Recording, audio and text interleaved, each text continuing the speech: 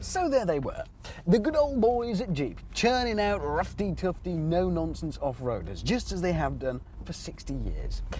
And then, all of a sudden, they turn around and the whole world has gone mad.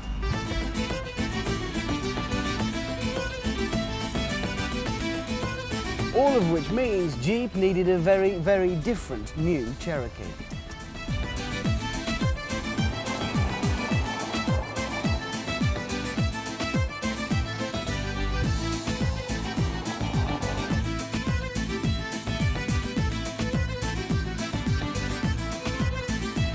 The market has changed completely. Nobody chews on Marlboro wearing a Stetson and stamping through the desert in a big chunky off-roader. We've invented the soft-roader. Whilst Jeep were practicing rugby, everybody else was taking ballet lessons.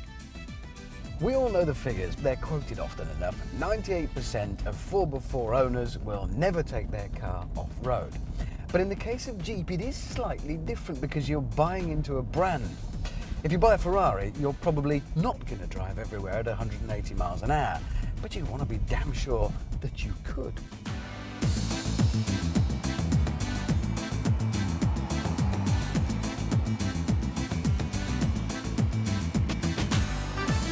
On the road, it certainly doesn't feel like a soft roader. It doesn't have that light and delicate touch to it. You feel like you're in something pretty substantial, but it's maybe not as cumbersome and clumpy as the old Cherokee could be.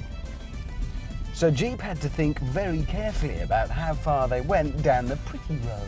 Sure, it's got to look good, but it's also got to perform on and off-road.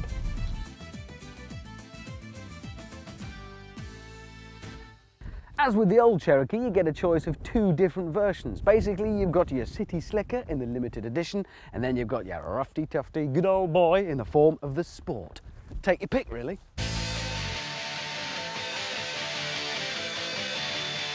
The essential differences boil down to cosmetic details, body-coloured panels here and there, but it's more to do with the ethos of the car. The limited edition feels posh, more at home on the school run.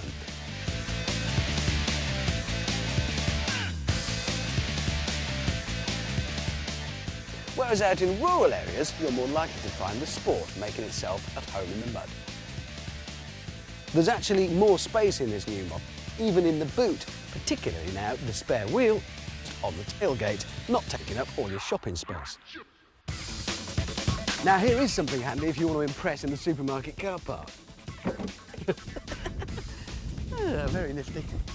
Right then, let's give this thing a go.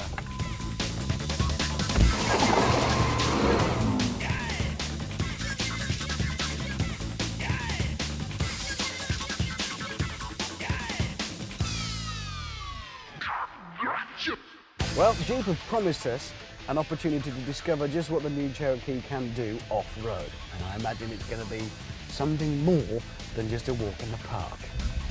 This might hurt.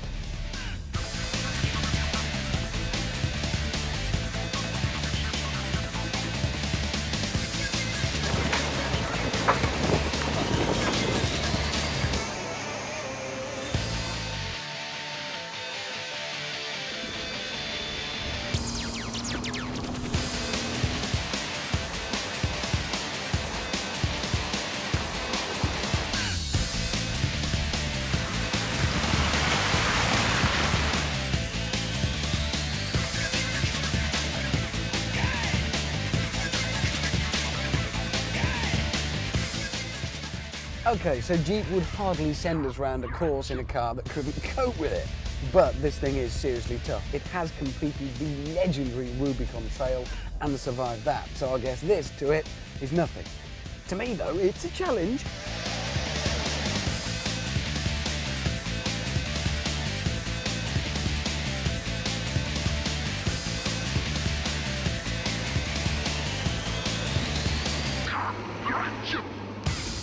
They may be readjusting slightly to meet the new soft-roader bias in the market, but this is still very much a proper off-roader.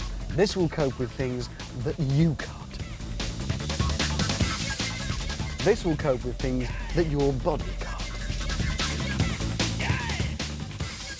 Well, we have been warned that whatever lies over there is very tough I've just watched the car in front. I don't want to do that. That doesn't look natural. And it doesn't look safe. But I'm going to be great.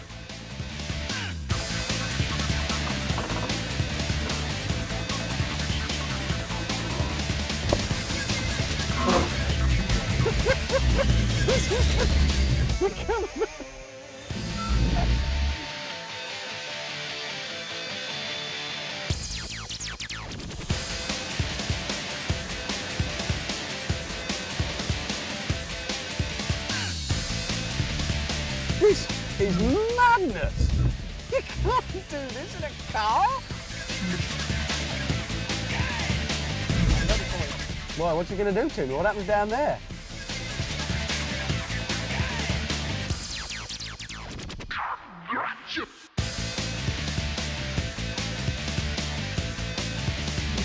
This is tremendous!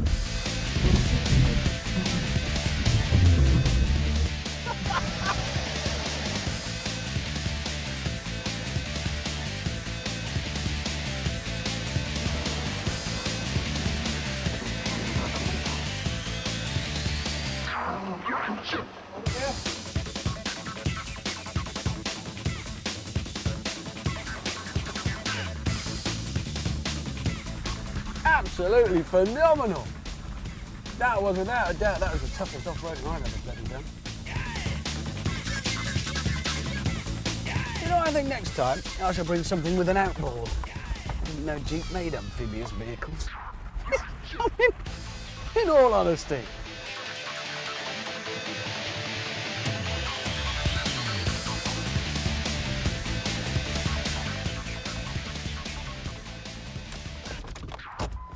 Now, typically, Jeep aren't exactly being all mincing and coy about talking about the opposition. They're talking about Freelander. They're taking it on head-to-head.